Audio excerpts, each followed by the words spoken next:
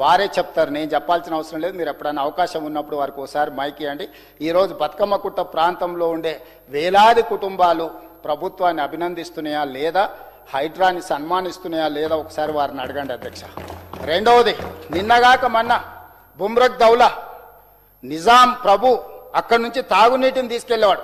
100 సంవత్సరాల క్రితం, 100 సంవత్సరాల పైబడి అక్కడ బుమ్రక్ దౌలా చెరువును, అక్కడ సుగంధ ద్రవ్యాలతో ఉండే చెట్లను నాటి తాగునీటిని అక్కడి నుంచి నిజాం సర్కార్ సొంతంగా ఇంటికి తీసుకొని పోయేటోడు. మొత్తం ఆక్రమించుకుంటే నిన్నగాక మన బుమ్రక్ దౌలాని ఆక్రమణలన్నిటిని తొలగించి ఆ చెరువును పునరుద్ధరిస్తే అసదుద్దీన్ ఓవైసీ గారు స్వయంగా వచ్చి అక్కడ ఉండే ప్రాంత ప్రజలు వేలాది మంది బ్రహ్మరథం పట్టిరు అధ్యక్ష. ఈరోజు పునరుద్ధరించుకున్నాం అధ్యక్ష బుమ్రక్ దౌలాను చెరువును.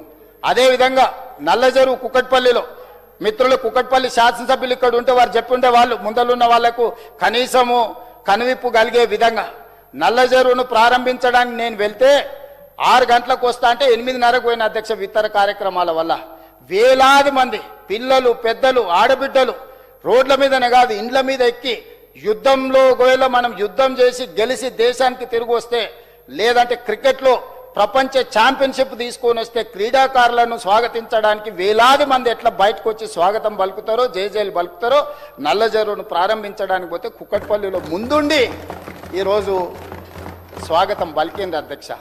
తుమ్మిడికుంట ఒక ప్రముఖ సినిమా స్టార్ ఆక్రమించుకొని కట్టిండని వారికి చెప్పి వాళ్ళకున్న అనుబంధంతో వాళ్ళు తొలగించలేదు. మా కోమటిరెడ్డి వెంకటరెడ్డి గారు ఫిర్యాదు చేస్తే తుమ్మిడికుంటను అక్కడ ఆక్రమణలు తొలగించి ఇలా చక్కగా తీర్చిదిద్దుకుంటున్నాం. శిల్పారాం ఎదురుగా 30 ఎకరాల ఒక అద్భుతమైన చెరువును పునరుద్ధరించుకుంటున్నాం అధ్యక్ష.